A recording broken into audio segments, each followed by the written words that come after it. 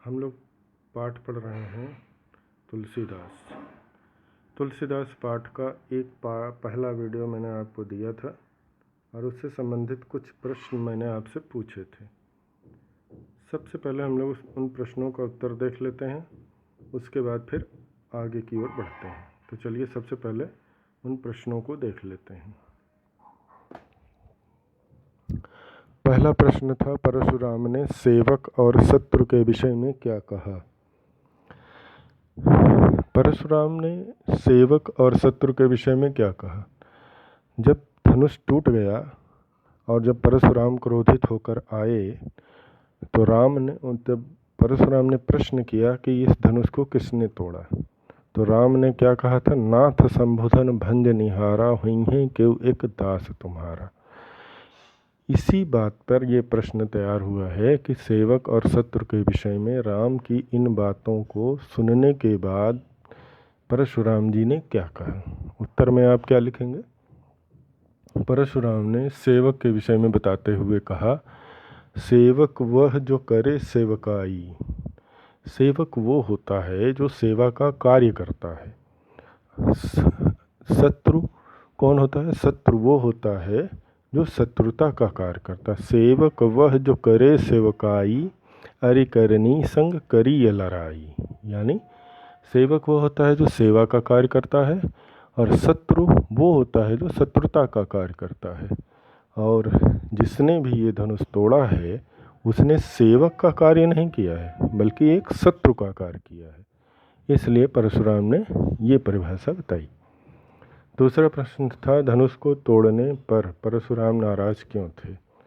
धनुष को तोड़ने पर परशुराम नाराज क्यों थे। मैंने आपको बताया था कि ये धनुष जो था शिव का धनुष था, जिसे शिव जी ने परशुराम की सेवा से प्रसन्न होकर उन्हें दान में दिया था, गिफ्ट समझ लीजिए। तो ये परशुराम जो थे उनका कोई घर था नहीं, सन्यासी थे, तपस्वी थे। तो धनुष की सुरक्षा के लिए उन्होंने राजा जनक यानी सीता के पिता के यहाँ ये धनुष सुरक्षित रख दिया था। अब जब धनुष टूट गया तो परशुराम को बड़ा क्रोध आया और उन्होंने इसलिए परशुराम तोड़ने पर नाराज इसलिए हुए क्योंकि ये शिव का धनुष था और उन्होंने मुझे वरदान में यानी गिफ्ट में वर में दिया था और उसके टूट जाने से शिव का मान भंग होता है। इसलिए परशुराम धनुष के टूटने पर बहुत नाराज थे। परशुराम की अगला प्रश्न है तीसरा, परशुराम की 3 विशेषताएं बताइए। परशुराम की अनेक विशेषताएं थीं, जिनमें पहली विशेषता ये थी कि वो बड़े क्रोधी थे। उनको ये लगता था कि मेरे क्रोध के सामने और तप के सामने कोई भी ठहर नहीं सकता। ये उनके अंदर अहंकार था। दूसरा, उनके अंदर ये विशेषता थी कि वो तपस्वी होने के साथ साथ एक योद्धा भी थे। तीसरा, वो बहुत क्रोधी थे और क्रोधी होने की वजह से कई चीज़ों को वो समझ नहीं पाते थे और दूसरों की बातों को वो बिल्कुल मानने को तैयार नहीं होते थे। उन्हें लगता था कि जो मैं कह रहा हूँ वो सत्यवानी एकनिष्ठ यानी अपने को ही श्रेष्ठ मानने का अवगुण उनमें था। चौथा प्रश्न हमारा है, काव्य की व्याख्या अपने शब्दों में करें और उसे अपनी कॉपी पर लिखें। यह आपके लिए ज़रूरी है। मैंने पहले भी बताया था पिछले वीडियो में। इसको आप लोग अपनी जो जितनी व्याख्या मैंने की है उसको लाइन बाय लाइन अपनी कॉपी पर लिख लीजिए। जैसे मान लीजिए वीडियो डिलीट हो जाए, खो जाए, पर कॉपी में आपके ये लिखा रहेगा, तो जब आपको ज़रूरत होगी वो आप कर लेंगे। तो ये था हमारा होमवर्क। होमवर्क के बाद अब हम लोग क्या करते हैं कि इस कविता को आगे बढ़ाते हैं। चलिए अब हम लोग देखते हैं कि ये कविता आगे क्या कहती है। तो अब हम लोग वीडियो में देखते हैं।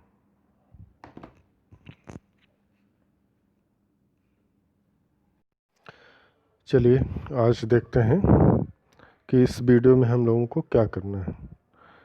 अब देखिए, हमने अब इससे पहले वाले वीडियो में आपको व्याख्या करी थी कुछ पंक्तियों की, क्योंकि और भी पंक्तियाँ पहले हो चुकी थी। अब उन पंक्तियों के आगे हम इनकी व्याख्या करते हैं। यहाँ पर जब शिव का धनुष टूट जाता है तो परशुराम जी क्रोधित होकर आते हैं और पूछते हैं कि किसने शिव का धनुष तोड़ा।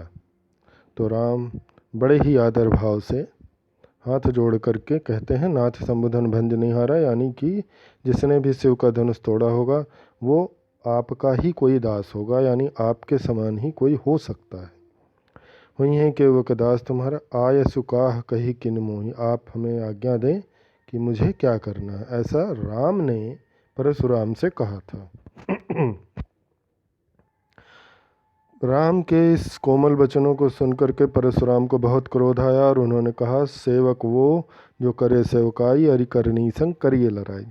सेवक वो होता है जो सेवा का कार्य करता है, और जो शत्रु का व्यवहार करता है उसके साथ शत्रुता का ही व्यवहार किया जाना चाहिए, ऐसा उन्होंने कहा। अब इसके आगे हम लोग देखते हैं, ये 3 लाइनें हम लोग देख पाए थे, अब इसके आगे देखते हैं। अब परशुराम जी राम से कह रहे हैं, अगली लाइन जो चौथी मैं आपको बताने जा रहा हूँ वो पंक्तियाँ परशुराम राम से कह रहे हैं, सुनहु राम जहि शिव धनु तोरा, सहस्र बाहु सम सो रिपु मोरा।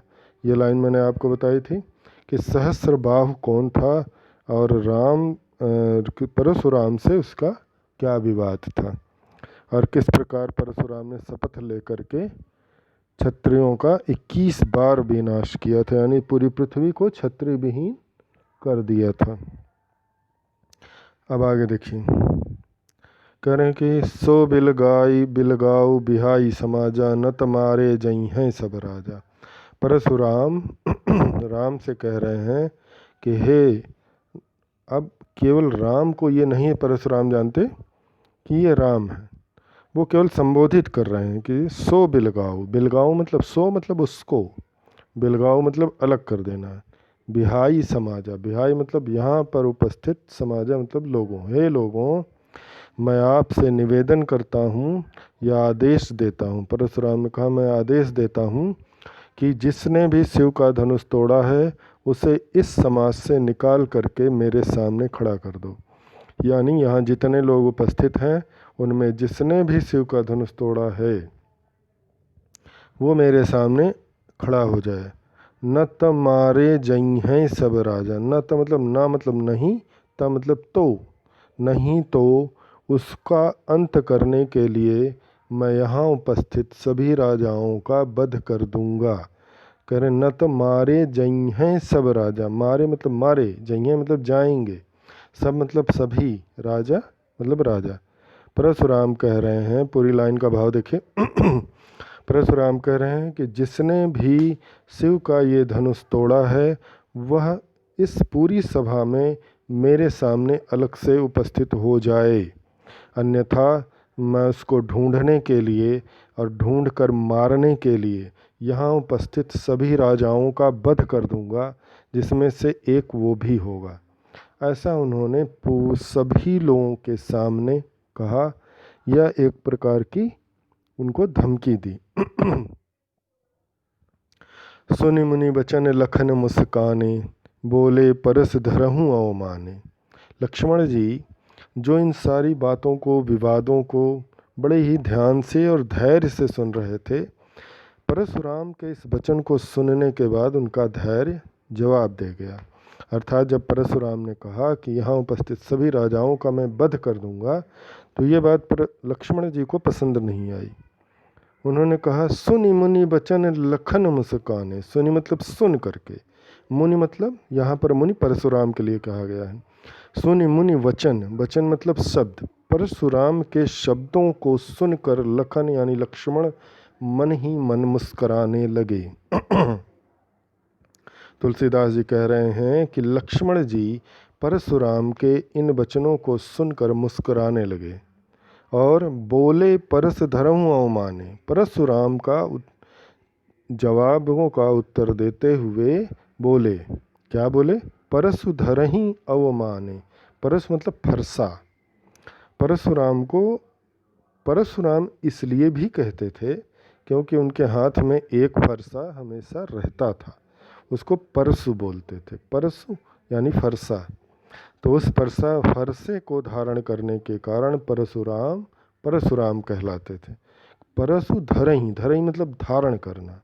करें बोले परशु धरही अवमाने, अवमाने बना बिना किसी वजह के, बिना किसी कारण के। करें हे परशुराम जी, आप इस फरसे को अनावश्यक रूप से धारण किए हुए हैं।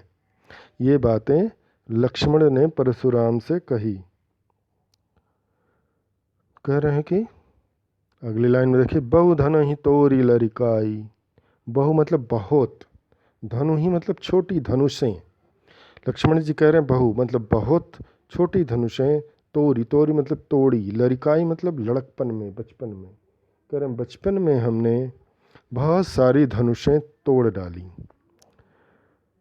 कबहु ना सिरी से कीन है गोसाई, कबहु मतलब कभी भी, ना मतलब नहीं, असी मतलब ऐसी, ऋषि मतलब क्रोध, कीन मतलब किया, गोसाई मतलब स्वामी, नाथ, ईश्वर। या परशुराम के लिए प्रयोग कर रहे हैं गोसाई शब्द, परशुराम जी के लिए प्रयोग कर रहे हैं। लक्ष्मण जी कह रहे हैं कि बचपन में हमने बहुत सारी धनुषें तोड़ डाली। बहु धनु ही तोरी लड़काई, बहुत सारी धनुषें हमने बचपन में तोड़ डाली। कबहु ना सिरिस कीन है गोसाई, आपने कभी भी ऐसा क्रोध नहीं किया जैसा क्रोध आज आप कर रहे हैं। यही धनु पर ममता कही है तू। लक्ष्मण जी करें यही मतलब इस, यही मतलब इस, धनु मतलब धनुष, पर ममता, ममता मतलब प्रेम, कही हेतु, कही मतलब किस, हेतु मतलब वजह से, कारण। करें यही धनु पर ममता के ही हेतु, आपका इस धनुष के साथ ऐसा क्या प्रेम है। लक्ष्मण जी कह रहे हैं कि बचपन में हमने बहुत सारी धनुषें तोड़ी, परंतु आपने कभी भी ऐसा क्रोध नहीं किया। आखिर इस धनुष के साथ आपका ऐसा क्या प्रेम है जिसकी वजह से आप इतना क्रोध कर रहे हैं। सुन रिसाई कह भृगुकुल केतु, सुनी मतलब सुनकर, रिसाई मतलब क्रोध में आ गए। लक्ष्मण के इन वचनों को सुनकर के परशुराम अत्यंत क्रोध में आ गए। सुनी मतलब सुन करके, ऋषाई मतलब क्रोध में, कह मतलब कहा, भृगुकुल केतु, भृगुवंश। कह रहे हैं भृगुवंश, भृगु मतलब वंश, कुल मतलब भृगु परशुराम का वंश था, कुल केतु, केतु का केतु मतलब नक्षत्र, यानी भृगुवंश के नक्षत्र, यानी इस शब्द को परशुराम के लिए प्रयोग किया गया कर। सुन रिसाई का भृगुकुल केतु, लक्ष्मण के कठोर वचनों को सुन करके भृगुवंश के नक्षत्र यानी परशुराम जी अत्यंत क्रोधित हो गए और बोले, रे नृप बालक काल बस बोलत तो ही न संभार। रे, यहाँ पर आप ध्यान दीजिए, परशुराम लक्ष्मण के लिए रे शब्द का प्रयोग कर रहे हैं जो अपमानजनक है। यानी वो लक्ष्मण का अपमान करते हुए परशुराम ने बोला नृप बालक। नृप का मतलब हुआ राजा, बालक का मतलब लड़का, बच्चा। नृप बालक का शाब्दिक अर्थ होगा राजकुमार। करें हे राजकुमार, काल बस, काल का मतलब मौत, यमराज। यमराज काल के देवता हैं यानी मृत्यु के देवता।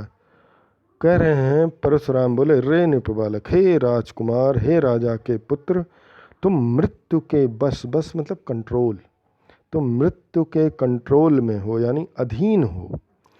इसलिए बोलत तो ही न संभार, इसलिए बोलत मतलब बोलते, बोल रहे हो, तो ही मतलब तुम, ना मतलब नहीं, संभार मतलब संभाल करके।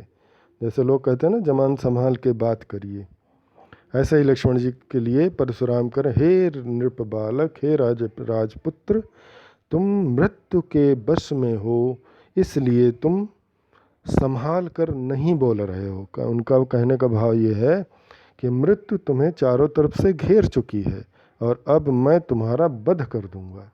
जब मैं तुम्हारा वध कर दूंगा, क्योंकि मैं मृत्यु हूँ तुम्हारी, इसलिए तुम मृत्यु के कंट्रोल में हो, बस में हो, इसलिए तुम संभाल कर नहीं बोल रहे हो।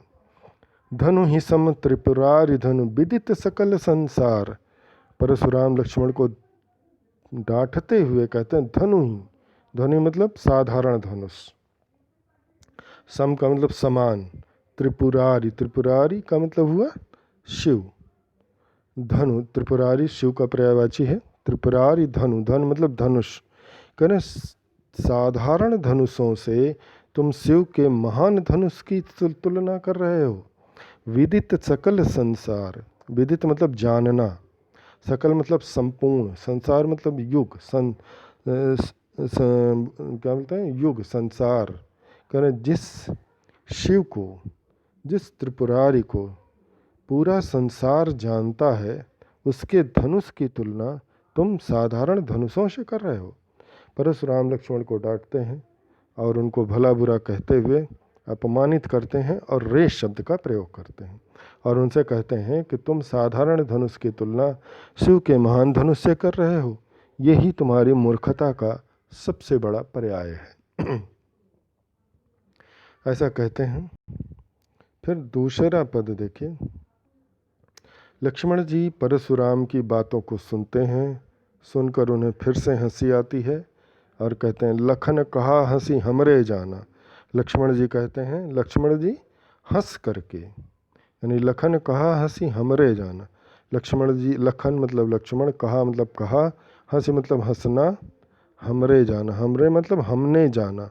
लक्ष्मण जी कह रहे हैं कि लक्ष्मण जी हंसते हुए परशुराम की बातों का जवाब दे रहे हैं और कह रहे हैं कि हमने जाना, सुनहु देव सब धनुष समाना। हे देव, मैंने ये सुना, ये समझा कि सब धनुष एक समान होती है। सुनो मतलब सुनिए, देव शब्द परशुराम के लिए प्रयोग किए हैं। देव मतलब ईश्वर, भक्त करें हे प्रभु, हे मुनिवर, हे परशुराम। देव शब्द का आप इनमें से कोई भी अर्थ लगा सकते हैं। सब धनुष समाना, सब यानी सभी धनुष समान हैं। करें सुनहु देव, हे देव सुनिए, मुझे लगता है कि सभी धनुषें एक समान हैं। लक्ष्मण जी परशुराम की बातों का उत्तर देते हुए कहते हैं कि हे परशुराम जी, मुझे नहीं पता था कि सभी धनुषें एक समान नहीं होती, उन धनुषों में कुछ कुछ फर्क होता है। कर का क्षति लाभ जून धनु तोरे, देखा राम नयन के भोरे। कह रहे हैं लक्ष्मण जी दूसरी लाइन में कह रहे हैं, राम का पक्ष लेते हुए लक्ष्मण जी कह रहे हैं का मतलब क्या, क्षति मतलब हानि, लाभ मतलब फायदा।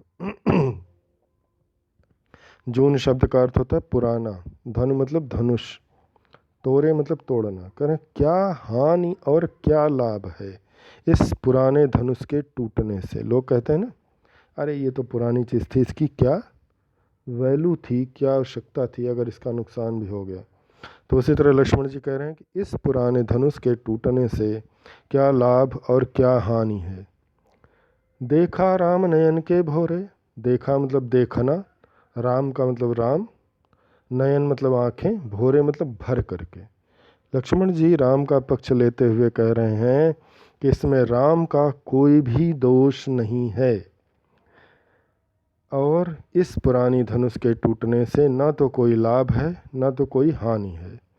राम ने इसे निगाह भर करके यानी ठीक से देखा भी नहीं था। जैसे लोग कहते हैं ना, किसी के ऊपर कोई आरोप लगाइए तो लोग क्या कहते हैं कि नहीं नहीं मैंने ये कार्य नहीं किया है, मैं तो जब आया तो ये पहले से टूटा हुआ था या पहले से बिगड़ा हुआ था या ये कार्य पहले से हो रहा था। उसी तरह राम का पक्ष लेते हुए लक्ष्मण ने कहा राम ने अभी इसे ध्यान से देखा भी नहीं था तभी ये टूट गया। कह छुअत टूट रघुपत ही न दोसु, मुनि बिनु काज करही कतरोसु। करें छुअत, छुअत मतलब छूते ही टूट गया। भाव ये है ना कि लोग कहते ये तो पहले से ही खराब था, मैंने थोड़ी खराब किया, ये पहले से ही खराब था और इसको छूते ही ये नष्ट हो गया। उसी तरह लक्ष्मण जी पर राम का पक्ष लेते हुए कह रहे हैं छुअत यानी छूते ही ये टूट गया। रघुपति ही न दोषु, इसमें रघुपति, रघुपति मतलब इसमें राम, यहाँ पर रघुपति शब्द का अर्थ राम होगा, इसमें राम का कोई दोष नहीं है। दोषु मतलब दोष। मुनि बिनु काज करही कतरोसु। लक्ष्मण जी कह रहे हैं कि हे मुनिवर, आप बिना, बिनु, बिन मतलब बिना, काज मतलब कार्य, करहि मतलब कर रहे हैं, कत मतलब क्यों, रोषो मतलब क्रोध। हे मुनिवर, आप बिना कार्य के ही क्रोध क्यों कर रहे हैं। लोग कहते हैं ना कि जब तुम्हें मालूम ही नहीं कि ये कैसे हुआ तो तुम अनावश्यक रूप से क्यों झगड़ा कर रहे हो या क्यों पीछे पड़े हुए हो। उसी तरह लक्ष्मण जी कह रहे हैं कि ये छूते, राम के छूते ही ये टूट गया और इसमें राम का कोई दोष नहीं है। वैसे भी ये पुराना था और पुराना होने की वजह से राम ने छुआ और ये टूट गया। हे मुनिवर, बिना किसी वजह के आप क्रोध कर रहे हैं।